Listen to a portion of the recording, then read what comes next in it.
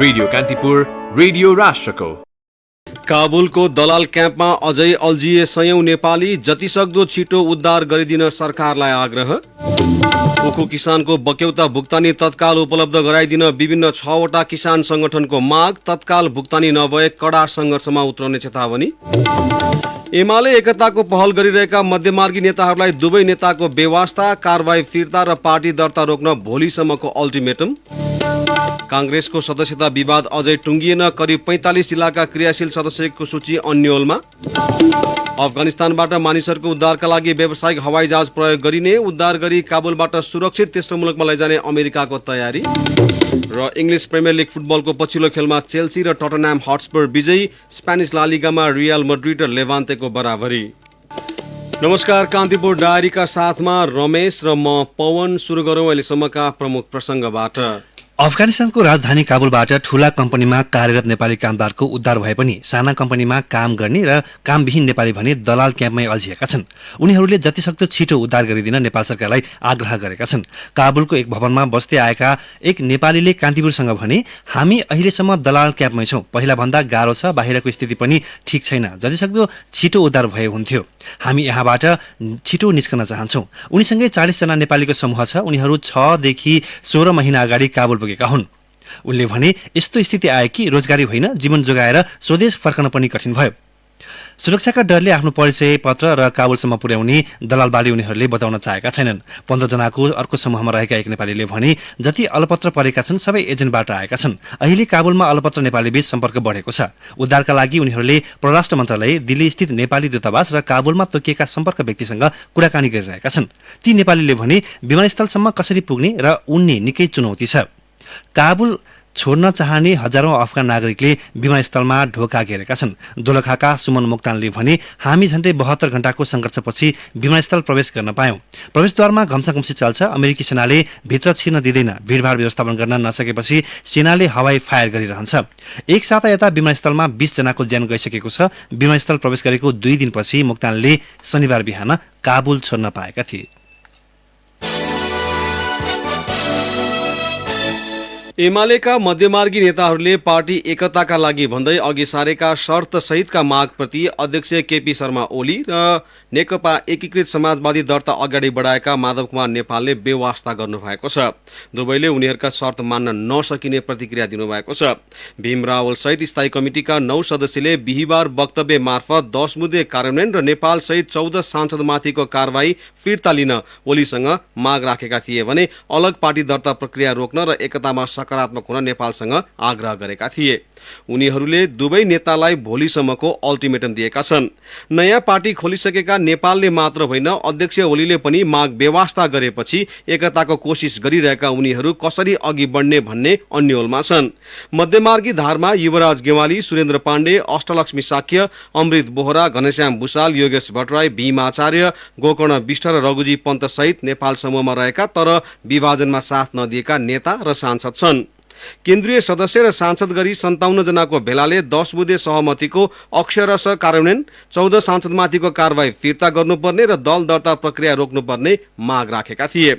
एमाले महासचिव ईश्वर पोखरेलले पार्टीले 10 बुँदे कार्यान्वयनको निर्णय गरिसकेकाले अन्य मागको अर्थ नरहेको बताउनुभयो। नेता नेपाल पक्षका नेता बेदुराम भूषालले पनि मध्यमार्गी नेताको माग सम्बोधन हुने सम्भावना कम रहेको बताउनुभयो। उहाँले भन्नुभयो, पहिलो त 10 बुँदे कार्यान्वयन हुने सम्भावना म देख्दिन, दोस्रो 10 बुँदेले मात्र एकता सम्भव छैन, तेस्रो हामी पार्टी दर्ताको प्रक्रियाबाट पछि हट्ने सम्भावना छैन। एकता पार्टी दर्तापछि पनि हुन्छ, अहिले एकताको सम्भावना नरहेकाले साथीहरू विकल्पतर्फ लाग्नु राम्रो। मध्यमार्गी नेताले भने अझै माग सम्बोधन हुने अपेक्षा गरेका छन्। संवैधानिक समय सीमा भित्रै प्रक्रिया सुरु गरेर पार्टीको वैधानिकता जोगाउने निर्णय लिएको कांग्रेसले पार्टीका क्रियाशील सदस्यता विवाद अझै टुङ्गोमा पुगेको छैन, जसका कारण देशभरका कार्यकर्तालाई अन्यल भएको छ। साउन 30 को केन्द्रीय कार्यसमितिको बैठकले भदौ 18 बाट प्रक्रिया सुरु गरी मंसिर 9 देखि 13 मा केन्द्रीय महाधिवेशन गर्ने निर्णय लिएको थियो। राजनीतिक दलको महाधिवेशनका लागि संविधानले तोकेको 5.5 महिनाको समय सीमामा कांग्रेसको हकमा यही भदौ 19 बाट सकिँदैछ। पार्टीको वैधानिकता जोगाउन कांग्रेसले समय सीमा भित्रै प्रक्रिया सुरु गराई 3 महिनापछि केन्द्रीय महाधिवेशन धकेलेको थियो। ओडा तहको अधिवेशन भदौ 18 मा सुरु गरेर दशैं अघि जिल्ला तहका अधिवेशन सक्ने र त्यसपछि प्रदेश र केन्द्रीय महाधिवेशन गर्ने कांग्रेसको पछिल्लो कार्यतालिका छ। ओडा अधिवेशन आउन 2 साता अझै पनि बाँकी छैन तर ओडा तहका मतदाता रहेका क्रियाशील सदस्यताको सूची महादेव प्रसाद यादवको संयोजकतामा गठित निर्वाचन समितिले अहिलेसम्म पाएको छैन। क्रियाशील सदस्यता ओडा, गाउँ र नगर अधिवेशनका मतदाता हुन्छन्। तिनै सदस्यताबाट निर्वाचित क्षेत्रीय प्रतिनिधि क्षेत्र र जिल्लाका मतदाता हुन्छन्। क्षेत्रीय प्रतिनिधिले प्रतिनिधि सभा निर्वाचन क्षेत्रीय अधिवेशनबाट महाधिवेशन प्रतिनिधि चुनिन्छन्, जुन केन्द्रीय महाधिवेशनका मतदाता रहन्छन्। कान्तिपुर डायरीमा अब कान्तिपुर सविस्तारको पालो। कान्तिपुर सविस्तार। कुनै समय संगठनात्मक सुदृढीकरण र क्रियाशीलताका हिसाबले नेकपा एमाले नेपालमा क्रियाशील दलमध्ये अब्बल ठहरिन्थ्यो। संगठनका विषयमा अन्य दलहरूले पनि एमालेको खुबै उदाहरण दिन्थे। तर नेतृत्वमा आएको असमझदारी र विचलनका कारण अहिले एमाले 3 टुक्रामा विभाजित छ। एउटा खेमाको नेतृत्व अध्यक्ष केपी शर्मा ओलीले गर्दा माधव कुमार नेपालले नेतृत्व सम्हालेको अर्को खेमा नेकपा एकीकृत समाजवादी पार्टीका नाममा दल दर्ताको प्रक्रियामा छ। दुईवटा समूहले आफ्नो कित्ता स्पष्ट पार्दा 9औं महाधिवेशनबाट पदाधिकारीमा चुनिएका झण्डै 50% बढी नेता तटस्थ बस्ने बहानामा आफ्नो कित्ता छुट्याउन सकेका छैनन्।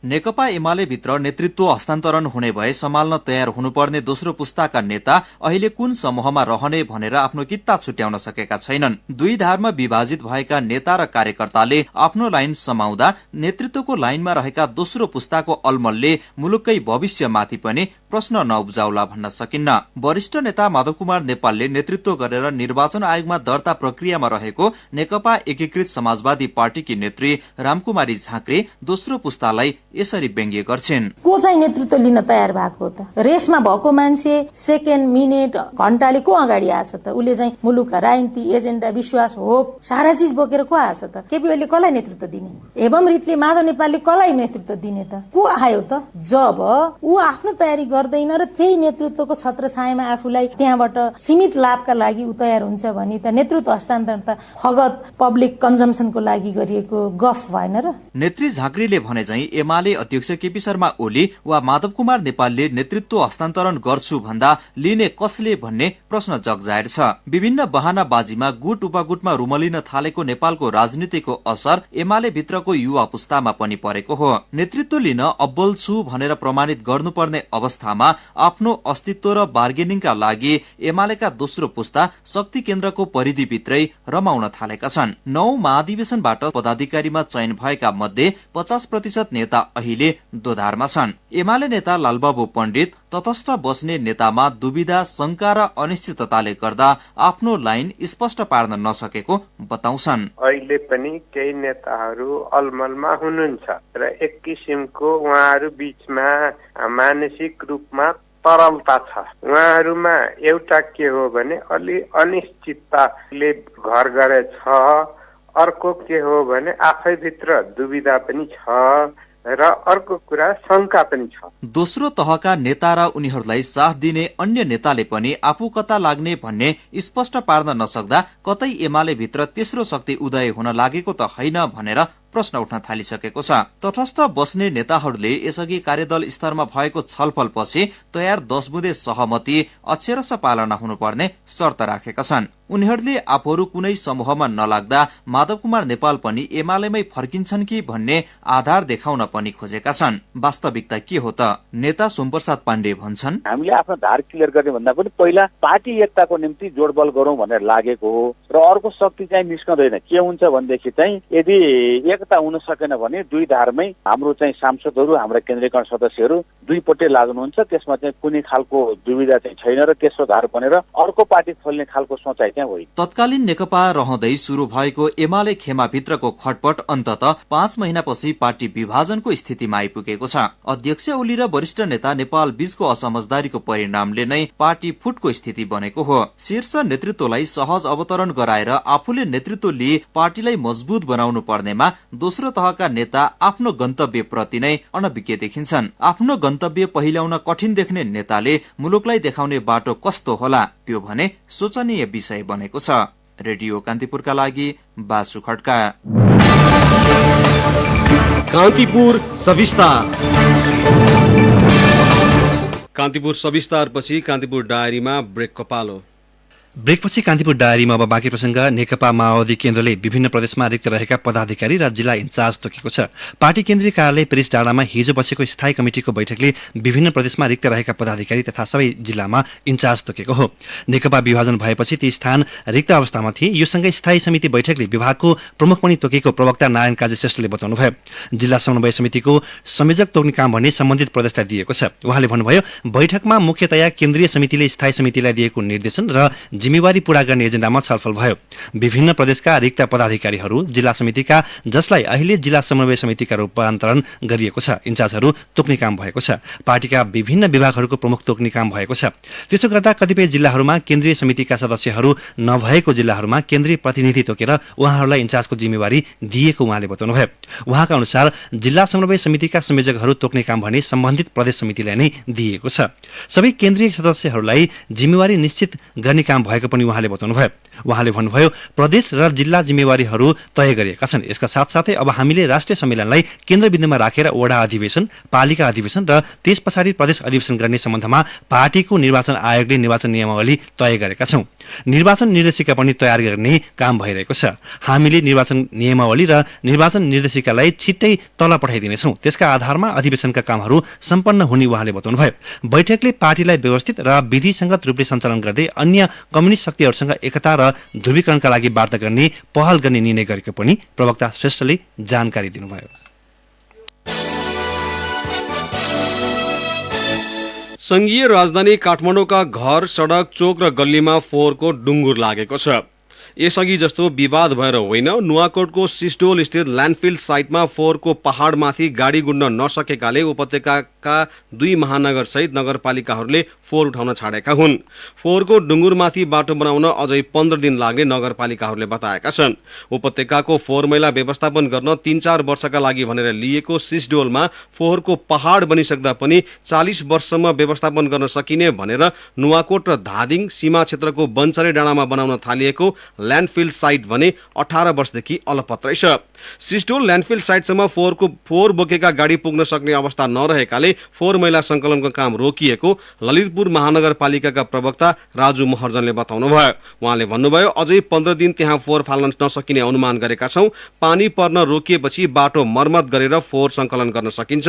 3-4 वर्षका लागि भनेर सिस्टोलमा फोहोर मैला व्यवस्थापन गर्न थालिएको 14-15 वर्ष भइसकेको छ। बन्चरे डाँडामा दीर्घकालीन फोहोर मैला व्यवस्थापनका लागि सेनेटरी ल्यान्डफिल साइट को काम अघि बढाएको 2062-63 सालमै हो। त्यहाँ पूर्वाधार बन्नु अघि 2 किलोमिटर यताको सिस्टोललाई फोहोर व्यवस्थापन गर्न अस्थायी रूपमा प्रयोग गरिएको हो, तर अहिलेसम्म सिस्टोलमै फोहोर विसर्जन गरिँदै आएको छ।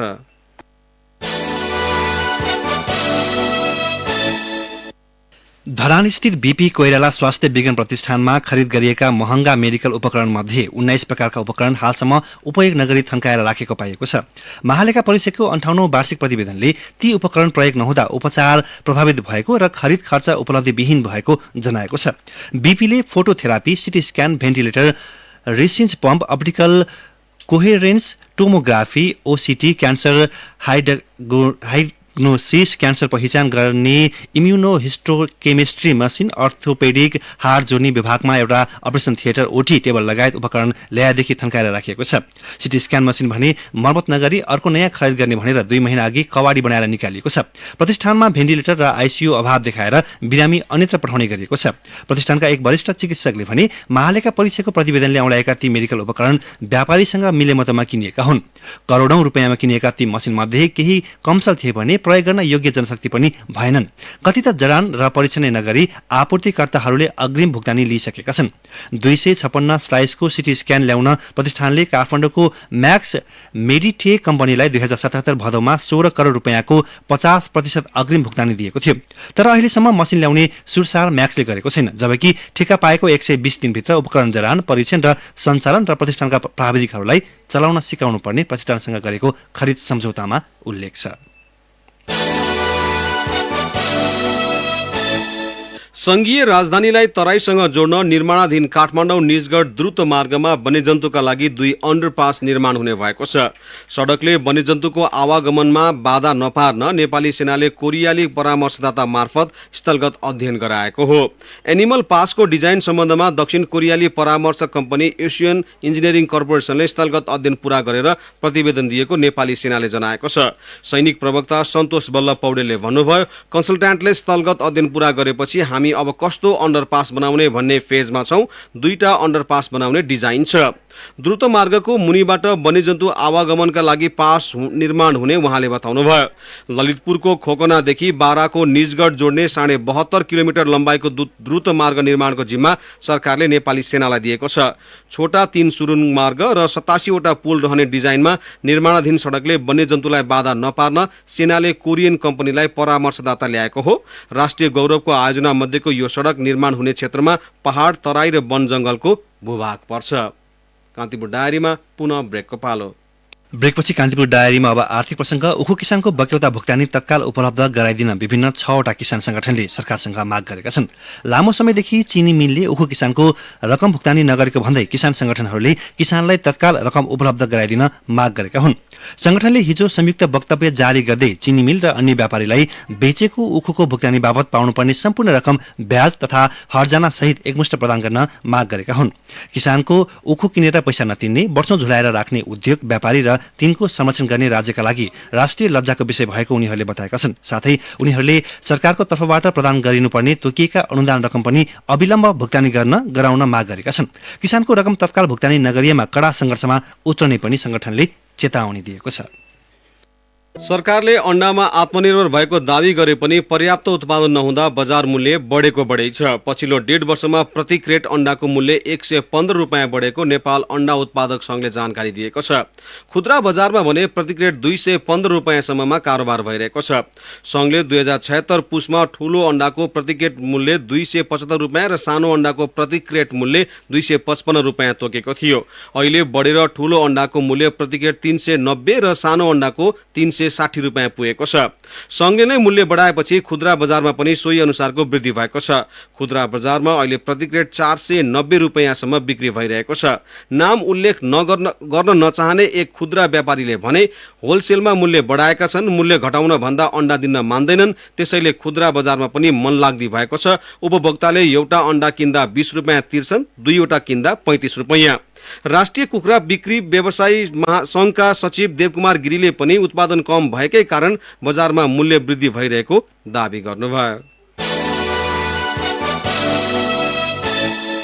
अब अन्तर्राष्ट्रिय प्रसंग। अफगानिस्तानबाट मानिसहरूको उद्धारका लागि अमेरिकाले व्यावसायिक हवाईजहाजको प्रयोग गर्ने भएको छ। 18वटा व्यावसायिक हवाईजहाजले अफगानिस्तानबाट तेस्रो मुलुकमा सुरक्षित रूपमा मानिसहरूलाई तत्कालका लागि लैजाने तयारी गरेको छ।